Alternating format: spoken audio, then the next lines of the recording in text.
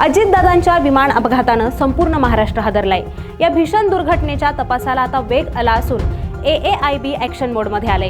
हा तपास केवळ एका पातळीवरच नाही तर 3 लेअर म्हणजेच 3 स्तरांवर होणार आहे। आता नेमका हा 3 लेअर तपास काय आहे आणि कसा उलगडणार आहे या अपघातामागचा संपूर्ण प्रकार पाहूयात या सविस्तर रिपोर्टमध्ये। उपमुख्यमंत्री अजित पवार यांच्या विमान अपघाताच्या प्रकरणाने संपूर्ण राज्यात खळबळ उडवली।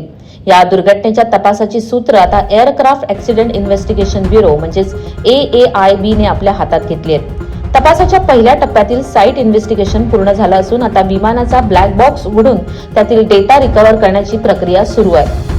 नागरी विमान महासंचालनालयाच्या DGCA च्या मार्गदर्शनाखाली हा तपास 3 महत्त्वाच्या स्तरांवर केला जाणार आहे। 3 लेअर तपासाचा पहिला टप्पा म्हणजे ब्लॅक बॉक्स मधील तांत्रिक माहितीचे विश्लेषण केले जाणार आहे। यामध्ये विमानाचा वेग आणि उंची, इंजिनाचे तापमान, हवेचा दाब, पंखांची हालचाल, पायलट्स मधील शेवटच्या क्षणाचं संभाषण या सगळ्या बाबींचं सेकंदगणिक विश्लेषण AAIB कडून केलं जात आहे। दुसऱ्या टप्प्यात विमानाच्या अवशेषांचे प्रयोगशाळेत सखोल विश्लेषण केलं जात आहे। इंजिनचे तुकडे, विमानाचे सुटे भाग, धातू वितळण्याची पद्धत, यातून तांत्रिक बिघाड नेमका कधी आणि कसा झाला याची शास्त्रीय पद्धतीने पडताळणी केली जाणार आहे। तपासाच्या तिसऱ्या आणि निर्णायक टप्प्यात अपघातामागे मानवी चूक आणि निष्काळजीपणा किंवा घातपात होता का असा तपास केला जाणार आहे।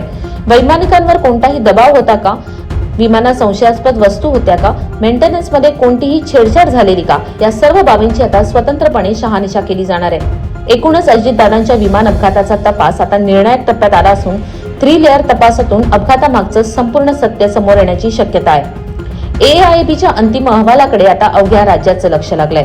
Bureau report LS Marathi.